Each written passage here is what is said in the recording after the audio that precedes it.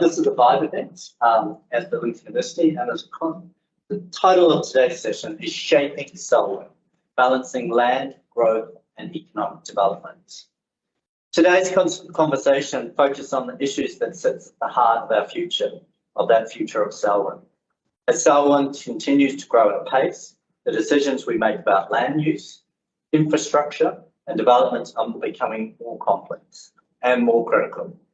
Balancing economic opportunity with environmental stewardship and community wellbeing is no small task, and it's one that requires both insight and collaboration. Today, we've got two speakers. Well, first of all, Dr. Femi Olajide from Lincoln University, and then I will welcome the Mayor of Selwyn District, Lydia Gliddon, also. Femi, first of all, brings a wealth of experience across academia and professional practice, having worked in urban and regional planning roles in Nigeria, Italy, and here in New Zealand. His work spans planning, environmental management, and community development, with a strong focus on how different systems, social, economic, and environmental interact. Femi will just give a brief overview of a few things happening at Lincoln University, and then we're going to pass to the Mayor to address some of the more broader issues in the South District. Femi, welcome.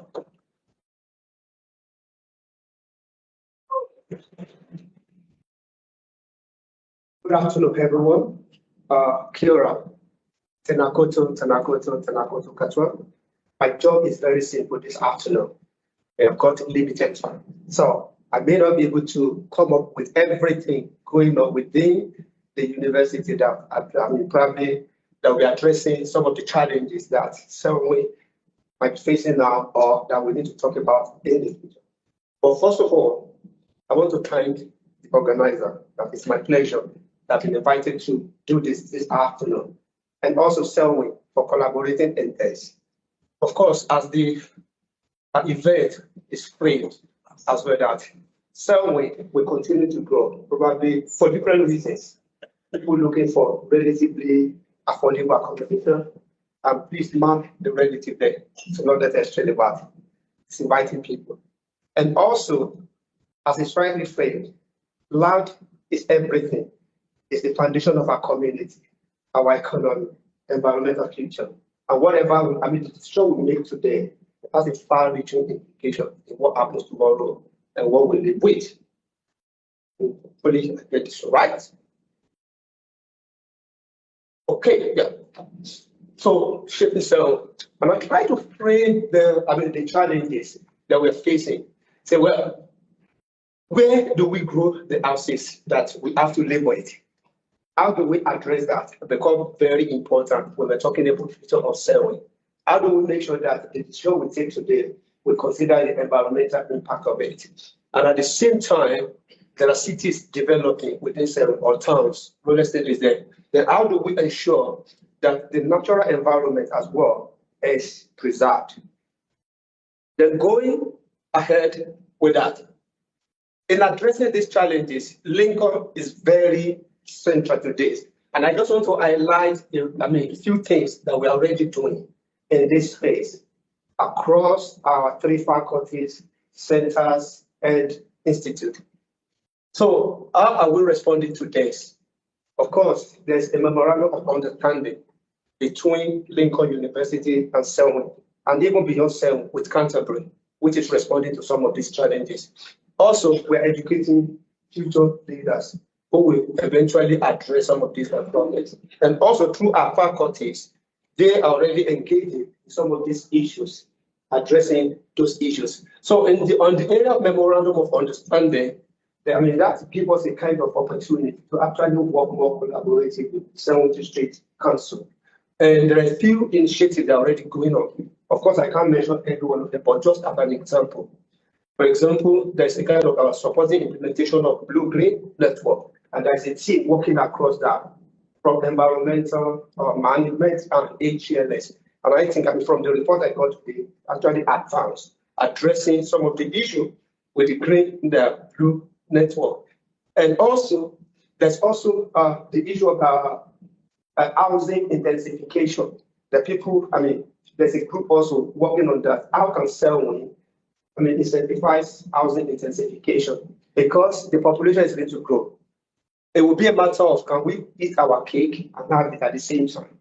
We need to accommodate the population. Where would they need housing? Agricultural land is there. So there's a kind of tension. So maybe intensification is the way. And if it's going to be intensification, what kind of intensification we're talking about? Then on the student side, we are also educating our students who can address these multiple challenges in a systemic way, not seeing them as isolated across our 3 faculties and centers. Some of the projects that we've done, like Royalty Growth Town, it was a student project in collaboration with Selwyn, talking about parks, and also Future Selwyn, Eastern Selwyn Spatial Planning Project. I was involved in that, and we were able to leverage on what Selwyn is already doing to keep our students as well. Some of those faces might be familiar to some of you in the audience there. Okay. And also our research is also engaging with some of those challenges that Selwyn is facing, talking about protecting the productive land. We've got our colleagues in landscape architecture who are already established in this, and also the future landscape. So we've got them already involved in this. Housing intensification, how do we grow our housing and where we also grow our food is very important. The natural resource and social infrastructure, and that is where the blueprint network comes in, parks, and we've got our waterways that are very established in this. And also in terms of energy, how do we meet the energy demand for the population that will be growing? The university is also growing our capacity in that aspect, talking about solar farm, what it does across over there, and also talking about resilient community and economy. Food and fiber future is part of what we do at Lagos here, so things are going on. The property development, of course, property is very central to economy of New Zealand, and we've got a department here at Lincoln University which is also looking at that. So I will move very close, very quickly, so that I don't take much time. I've been giving just 5 minutes. Hopefully, I'm still within my 5 minutes. Just 1 minute, okay. So that should be fine. So in case I didn't mention your faculty in terms of what you're doing, I've got only 5 minutes to do this, but we know a lot is going. After this, please feel free to ask me questions. I've actually gone through every faculty to see what is happening there, so I can answer. I can respond to your question. Of course, including this, Lincoln University is well placed to address these challenges and is committed in a way that to sustainability, to economically productive activity, and also to make sure that the development is socially inclusive. And how do we do this? We do this by contributing knowledge from our students and also from our faculties, and also people and partnership, building partnership with councils around us and professionals, and also providing practical solutions. We are not just theorizing. Of course, we theorize, but we provide practical solutions in ensuring that growth in Selwyn is not only economically successful, but also environmentally responsible and socially grounded. But I want to say, to close everything, that all of these things that we're doing, in order to do more, just say the directive to council. I know there are challenges here in terms of finance. It will require some level of funding between the university and council in order to customize some of these issues to Selwyn specifically. Of course, it doesn't have to be grandiose. It could be grant, it could be internship, it could be scholarship for students that they can do some of this and provide solutions. So at this point, I want to say thank you for listening to me, and I would like to invite my PC. Thank you.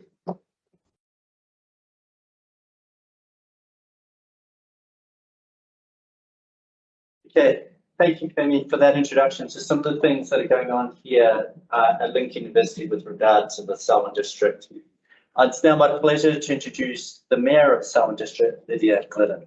As Mayor of the Selwyn District, Lydia is at the forefront of navigating growth in one of New Zealand's fastest growing regions. She brings a strong commitment to community wellbeing, sustainable development, and practical forward-thinking leadership, working closely with iwi, businesses, community organisations, central government. Lydia is helping to shape a district that can grow while maintaining a strong sense of place and environmental responsibility. Please join me in welcoming Mayor Lydia Gliddon. Thank you.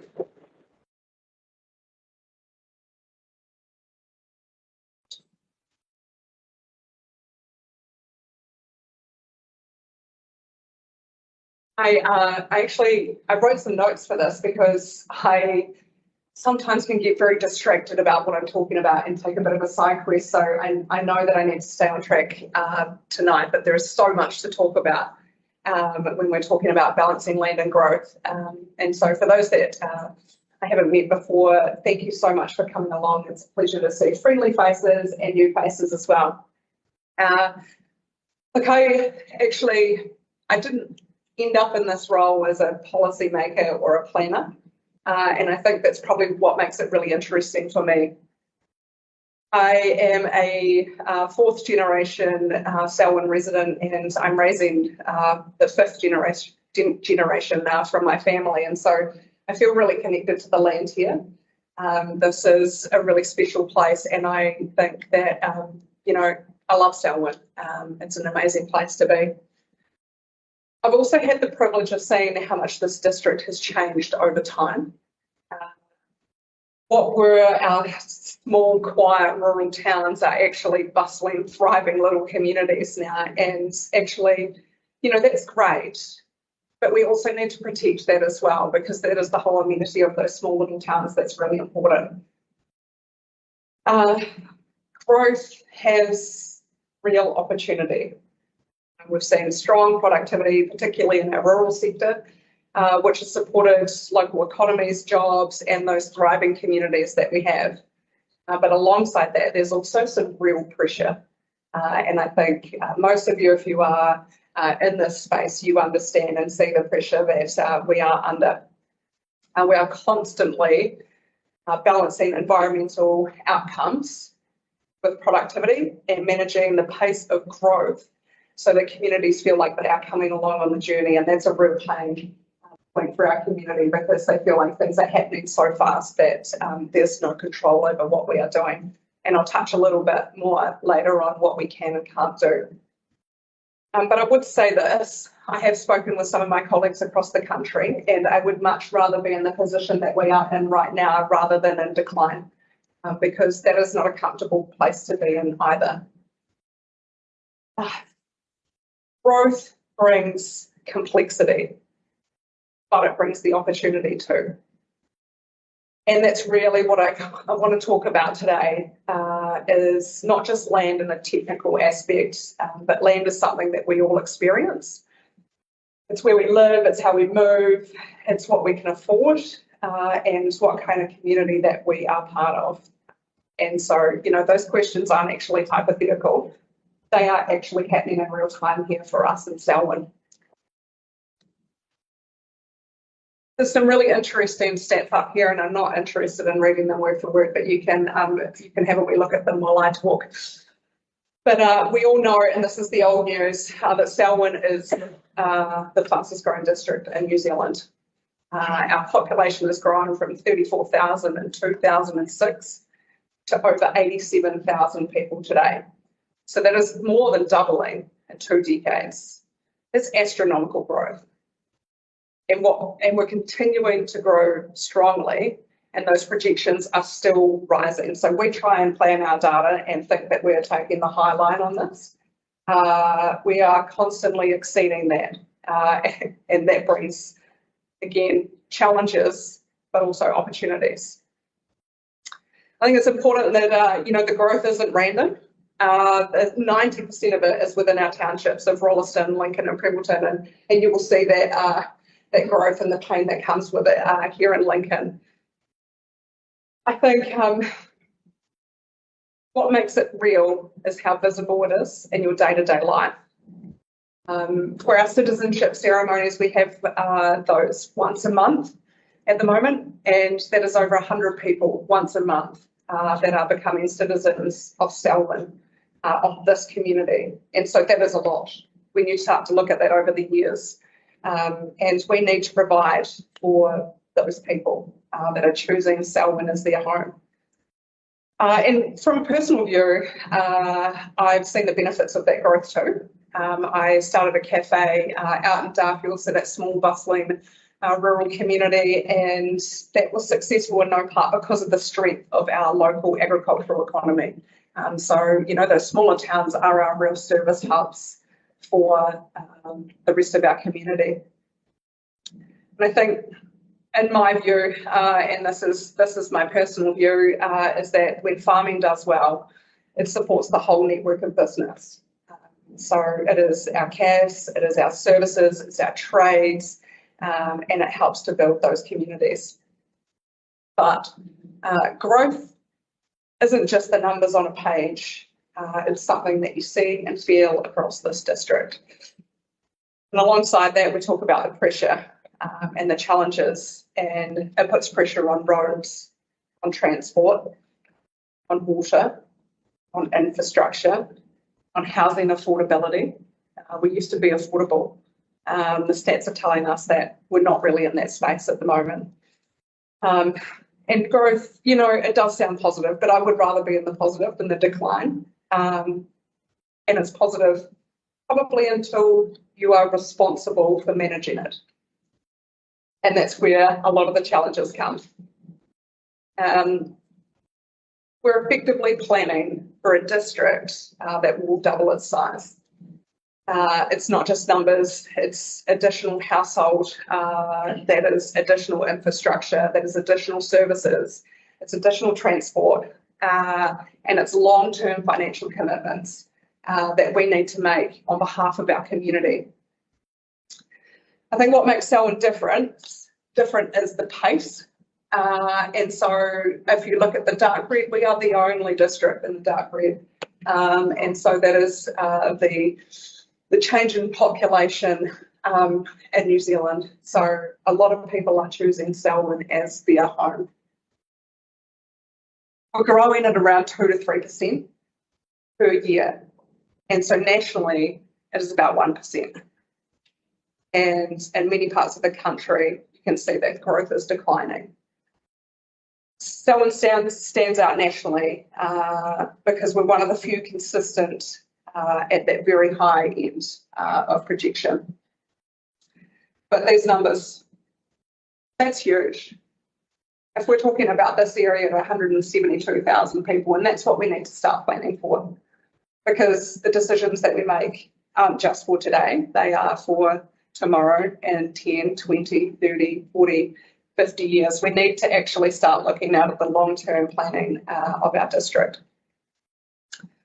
But each time that these get updated, they change. And for us, they keep growing. So the real question isn't really whether we grow. We know that we're going to. But the question for me is how well we prepare for it because of those decisions that we need to make. These are some great examples. So Rolleston in the 1970s, it's not much. It's a great example of the change that we've experienced. And, you know, back in the 1970s, Rolleston was that small rural community, and so it can happen anywhere. There was around 1,000 people in here, and it was centred around the railway junction.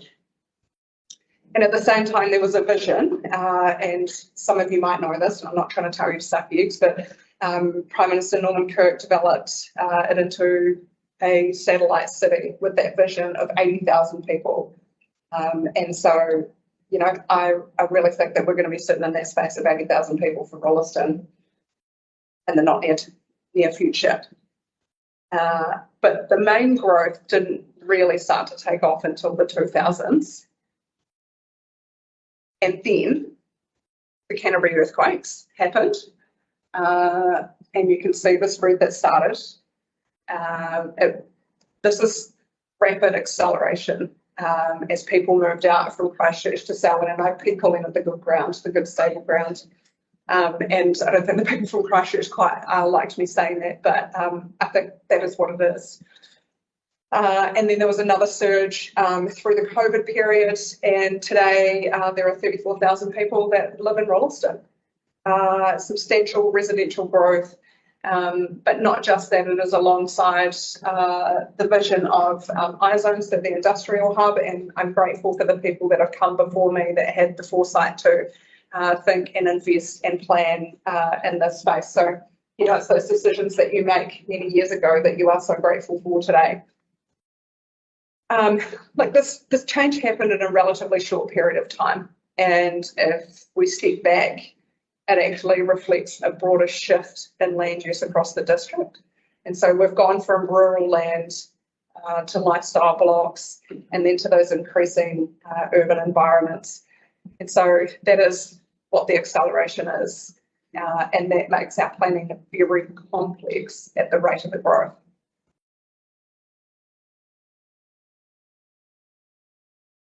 I feel like I've missed a slide. I have missed a slide. Anyway, we can stay here. This is getting hard. Land use decisions used to be really straightforward. You could look at an issue in isolation. You could look at housing, you could look at infrastructure, or you could look at the land use and make those decisions within that space. And for us, that is now no longer on the table. Everything is interconnected. When we make a decision about housing, it affects infrastructure. When we think about expanding our urban areas, it affects our productive land. When we consider affordability, it links directly to supply, planning rules, and long-term investment. And so laid across all of that are environmental outcomes and expectations. So instead of solving one problem at a time, we actually live in the space of balancing multiple priorities all at once. And that's what makes modern land use planning significantly more complex than it has been in the past. And once you understand that complexity, you start to see why every decision has its trade-offs.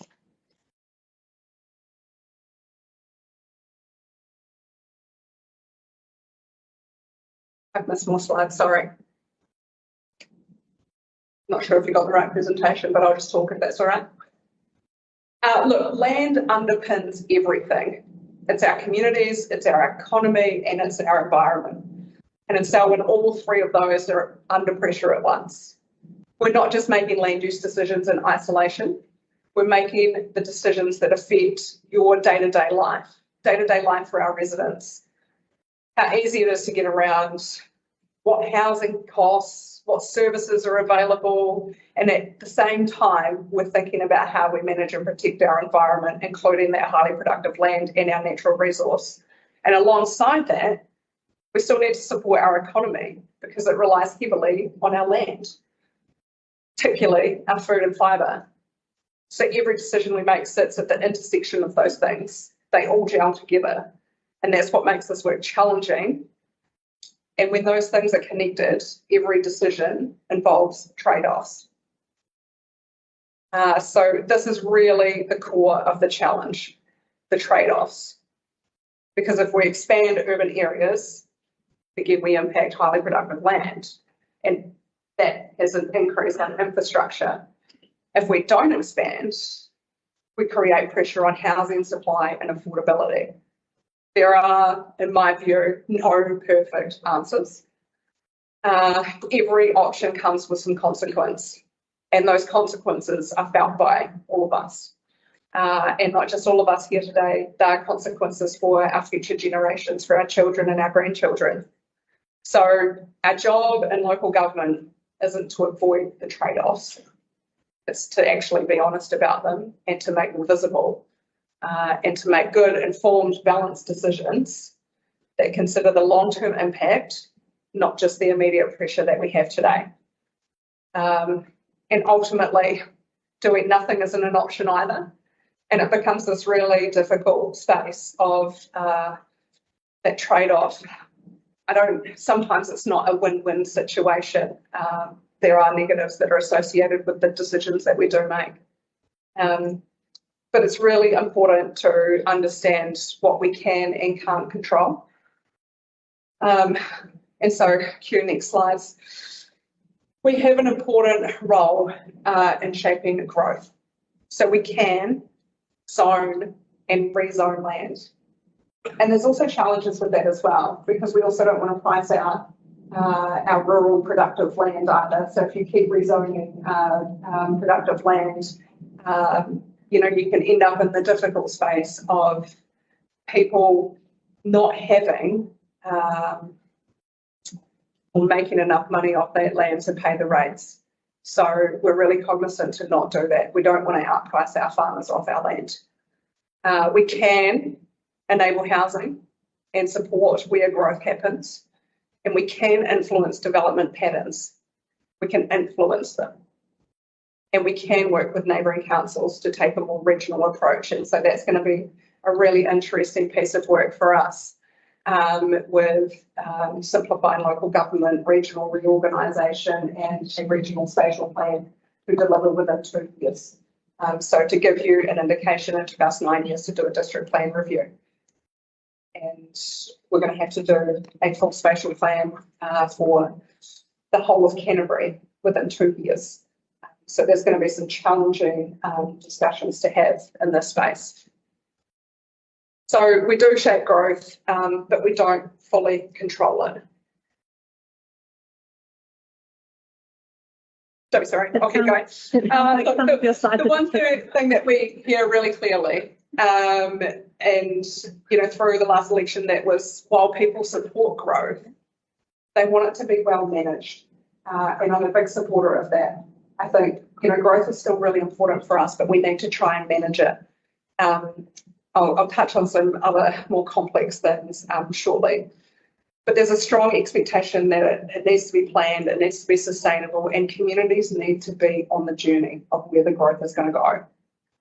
And I think that's where the tension starts, because expectations are high on us to stop and control growth. But there are actually real constraints to what we can do. So we can't stop it. We can't say no. We can't just not accept resource consents, subdivision. We have to operate within policy constraints. And, you know, if we're talking about the National Policy Statement on Urban Development, well, that pulled out the ring fencing around all of our towns and our planning that we had, which created a lot of free-for-all planning. So, you know, this isn't actually unique to any one government either. You can't pinpoint this. This is actually a consistent trend from our central government friends. So it does create a real tension there for us. The tools and levers that used to be available to us are now not. And so navigating that gap is quite challenging. If we touch on policy, you know, there is the National Policy Statement on Urban Development, which freed everything up, and then a National Policy Statement on Highly Productive Land came in to counteract urban development, and neither one has any hierarchy with each other. They both sit alongside each other, and so, you know, that makes it really difficult for us as well. But I think the biggest thing that has changed for us is actually the fast track. And so, you know, a fast track application is actually bypassing a lot of the controls that we have in place to try and control growth. So it is becoming increasingly challenging for us to carry all the tension of what we can and can't do.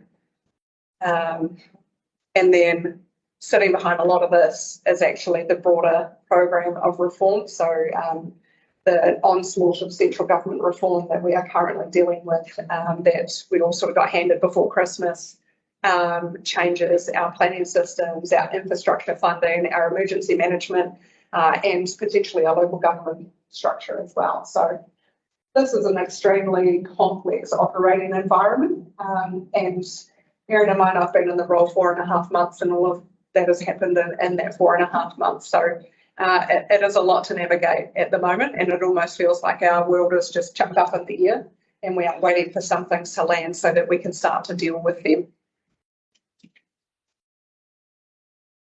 So our approach in Selwyn is more about being evidence-led in our planning. So I'm a big fan of data and numbers to guide our decisions, and so not just assumptions. I think, sometimes we need to try and tighten this up a little bit more. We need to be clear about the financial impact that growth has on our households as well. We always hear about the notion of growth paying for growth, and well, actually it doesn't.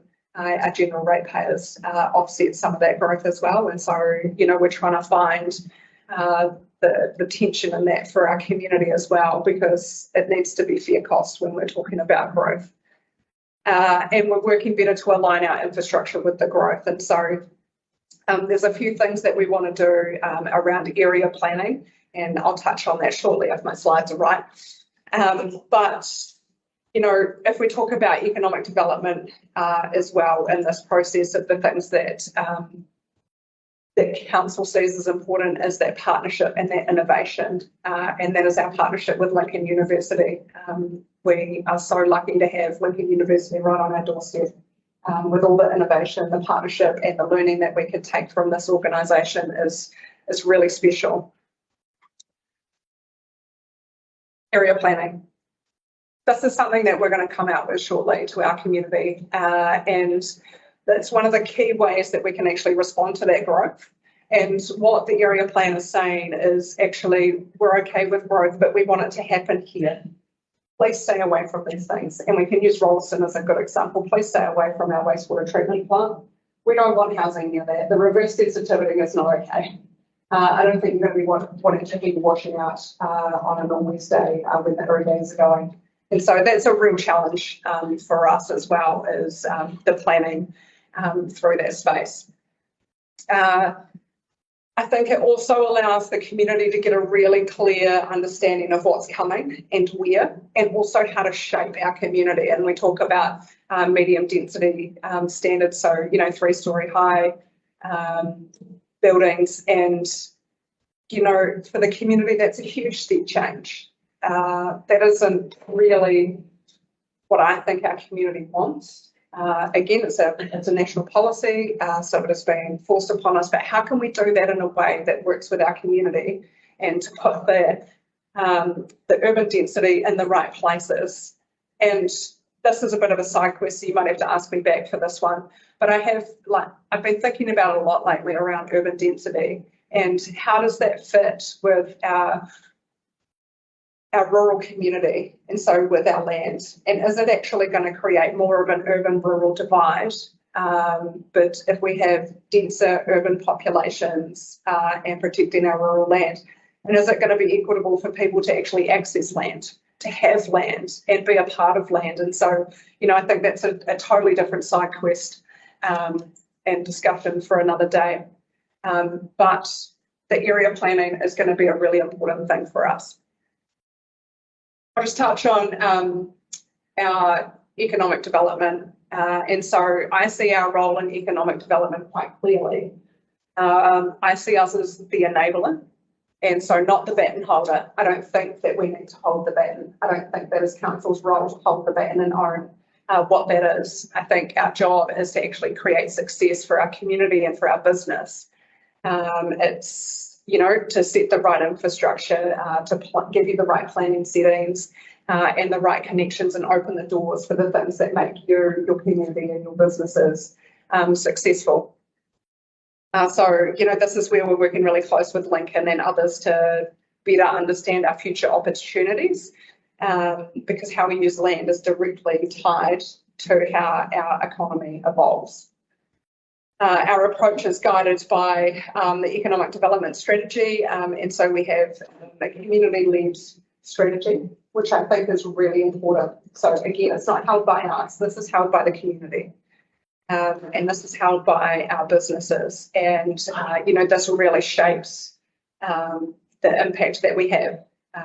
And so, our role within that is to create confidence for investment, to advocate with central government, to help connect industry, iwi partners, so that the opportunities can actually move a little bit faster.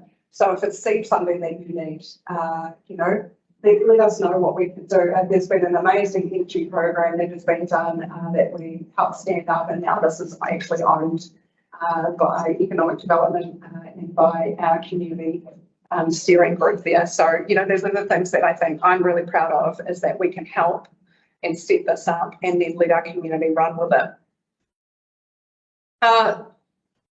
What I've learned over the past few months, this work isn't easy. It can be quite fun and it gives you lots of opportunity, but there are a lot of competing priorities. There's strong views, there's real consequences attached to every decision that we make, and the reality is that we will never be able to please everybody. And, you know, I'm okay with that, but as long as we are explaining why, that is something that is really important to me. But what we can do is be clear, consistent and honest. And, you know, you explain those trade-offs and you bring people on the journey that we're on, and you stay focused on what is our long-term vision for here. You know, trust isn't actually built through plans and strategies. They're great and they give you a guiding document, but actually, to me, they're built through delivery. They're by matching our words and actions together, so we do what we say.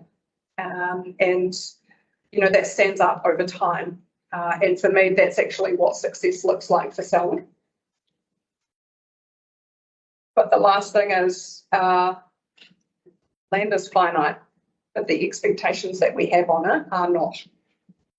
We expect land to continually perform for us and to provide us with everything. And, you know, another side quest that you might have to get me back on, and I can dive into that, is, you know, how are we protecting that? Because once it's gone, it's gone. It doesn't come back. If you build on it, it doesn't come back as productive farmland. And, you know, this is really important for our community. And, you know, we've got to get the balance right, and we have to work really hard to do that. But look, I think most importantly, I want Selwyn to remain a place where people feel really connected, supported, and really proud to call home. And I'm pretty sure that we can do that. We can navigate all of the challenges that we have in front of us and retain that as well. So thank you.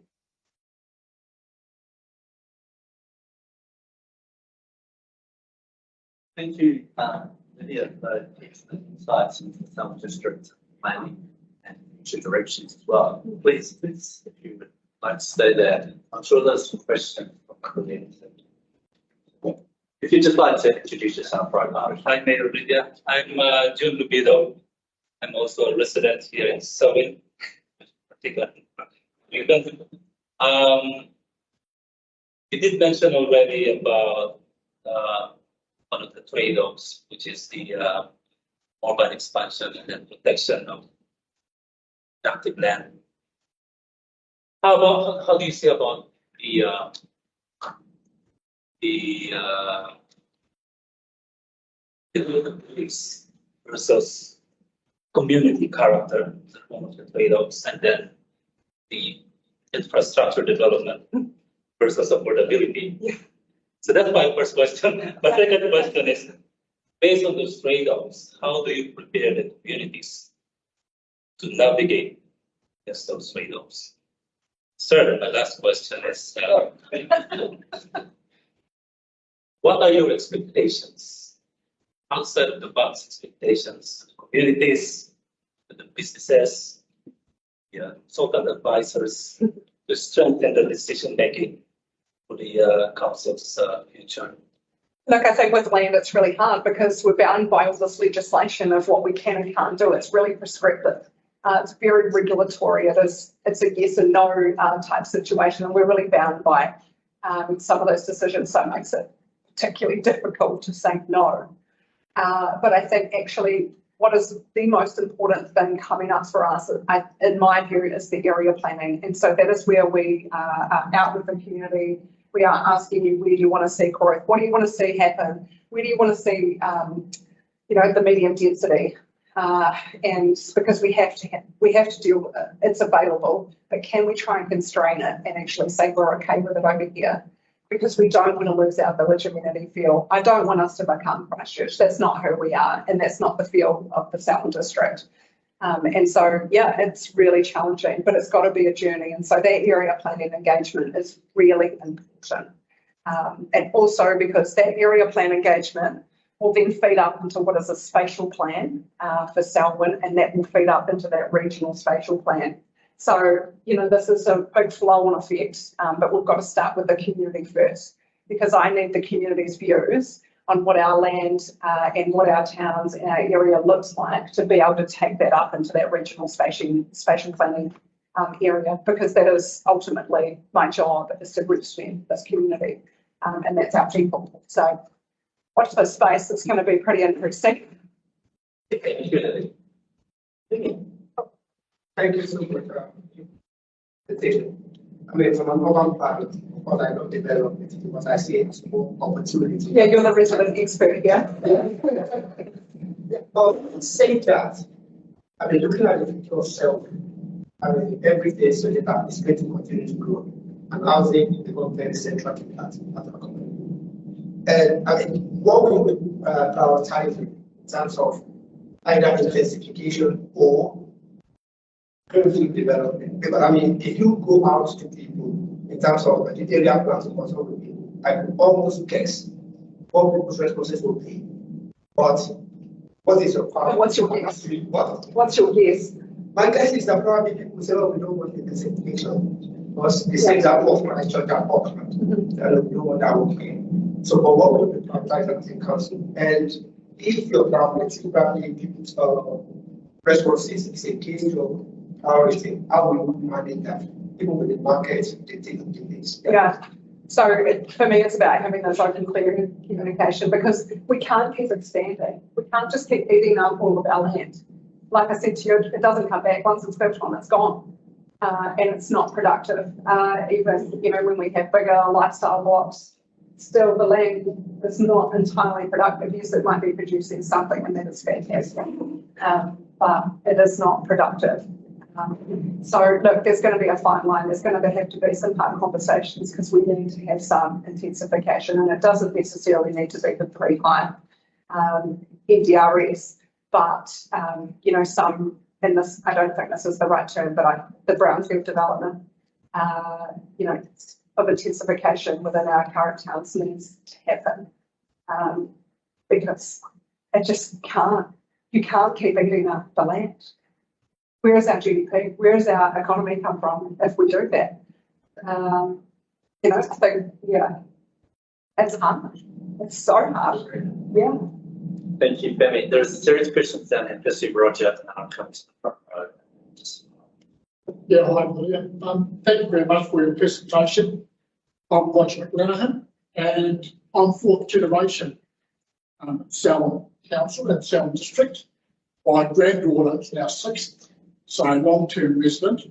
When you talk about land, I'm thinking of soil, right? Because I'm a soil scientist working for the Soil Environment Science Department here at Lincoln. Now, I go around a lot talking to residents, community groups, and a lot of them are really frustrated with the quality of soil that's left after the engineering function. Yeah, take all the good soil and sell it. Yeah. Right. And so what I'm really asking you is to try to manage that, because you have codes of practice of how to treat the soil around the dwelling. Yes. Now, the soil around the dwelling is part of the ecosystems, for water infiltration, water storage. It's the space for your plants, your trees, your lawn. Yes. And yet, some people give me samples that I wouldn't even try to grow anything into. I was recently talking to a nursery owner, and they get frustrated because the plants die. And everyone thinks it's their fault, but it's the soil. The landscapers that put the plants in don't meet the codes of practice either. So my comment to you is, can you please try to enforce your own codes of practice for these subdivisions? Yes, I'd love to, because I hear you.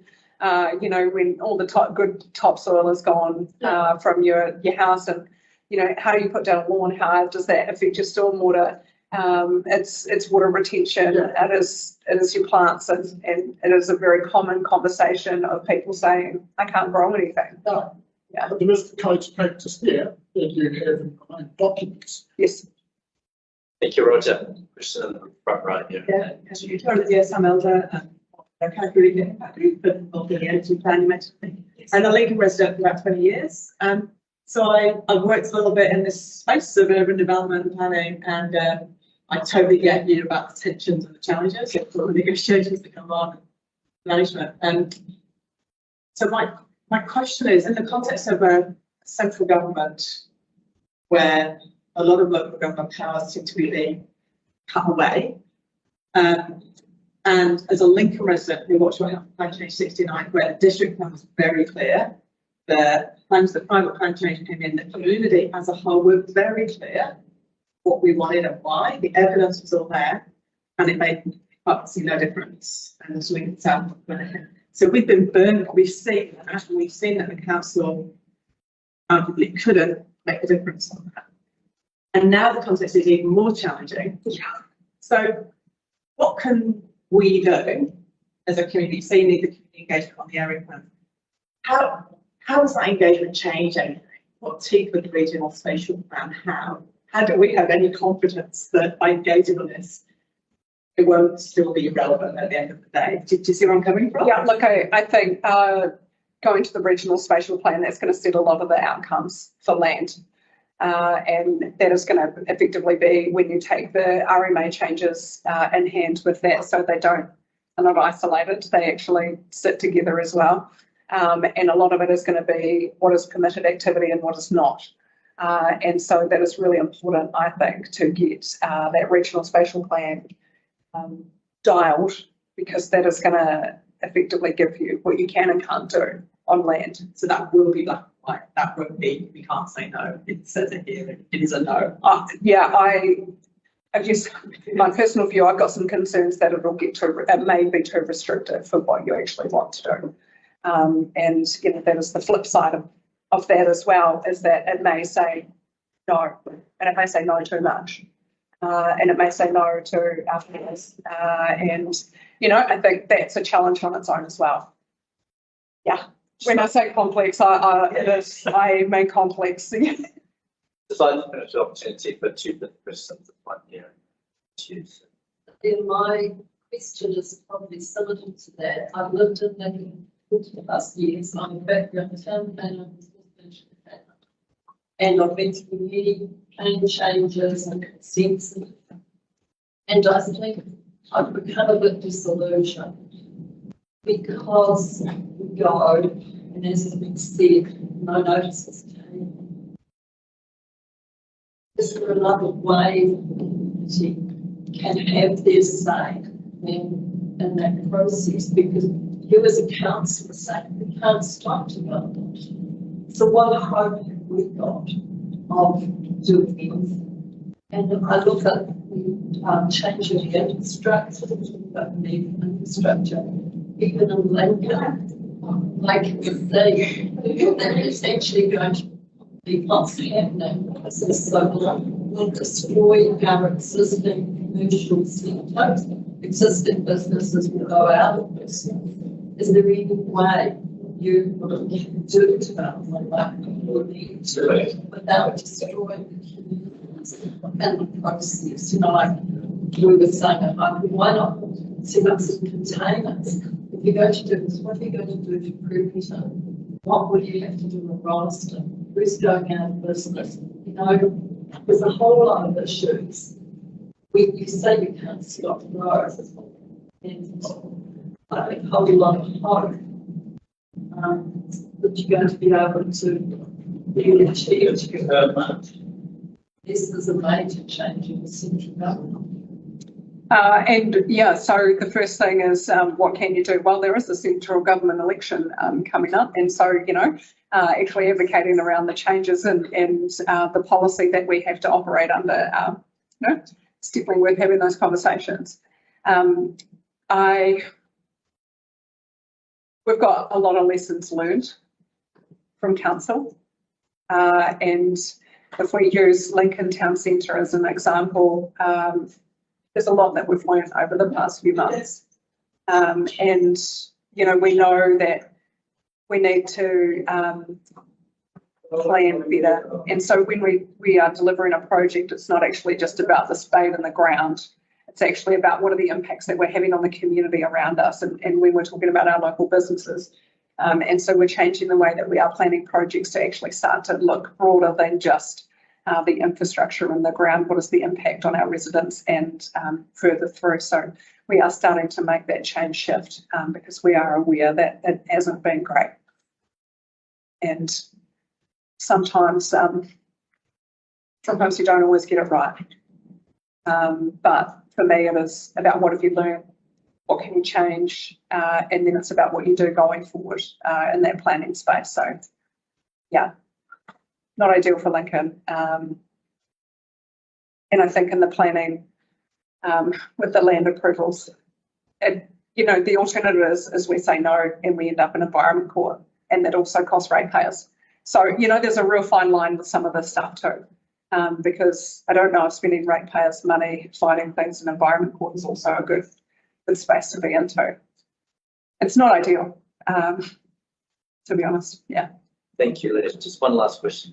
Yeah, hi Lydia. I live in Ladbrokes, and I've been there for over 25 years. When we first moved there, we didn't have problems with drainage and with water. And we've noticed that in the last 4 or 5 years. In the last 2 years, we've had 2 floods through our property, which have been remedial building.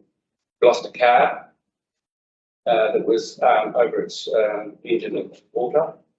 And I guess the drains we see around our district are shared by ECAN, some of the drains, and some of them are Selwyn District. We've seen people fill in drains with no consequence. So you fill in your drain, you need to look after it. And then we've also got the issue of the lake, where when the lake is cut through and the lake level drops, we have a dramatic response in our area to the water levels. And I guess I'm interested to know what's the council attitude towards that, because we went to a meeting at the Lincoln Centre recently, where ECAN, and you've got assets worth billions, is that correct? And you've got a budget of a couple of $100,000 for draining of the lake. So the assets aren't being commensurately looked after by ECAN. So is Selwyn got a plan for all that? So the lake opening isn't our responsibility. No, I understand that. We are part of it. The land drainage, our land drainage is, and we are taking. But you've got 2 people to do it, haven't you? We're 3 now, and there were none for an amount of time. Yeah. And we recognise that it hasn't been prioritised, and so I think we're finding in the coming future we are making a significant investment in our land drainage next year's financial program. So yeah, it's around $2.5 million into land drainage, because we know that there's a backlog of maintenance that hasn't been done in planning around that and integrating that planning as well, because it has a detrimental effect on your property. Well, I've seen it, I've experienced it. Yeah. Lydia, thank you very much for your time today, addressing issues around the growth in Selwyn, between land, people, and economies. Probably heard some real examples that have actually occurred, how it's been impactful on people, and there's a lot of community engagement that is really thinking about these things. Wish you luck in your direction around the district, and appreciate your time today. Thank you very much.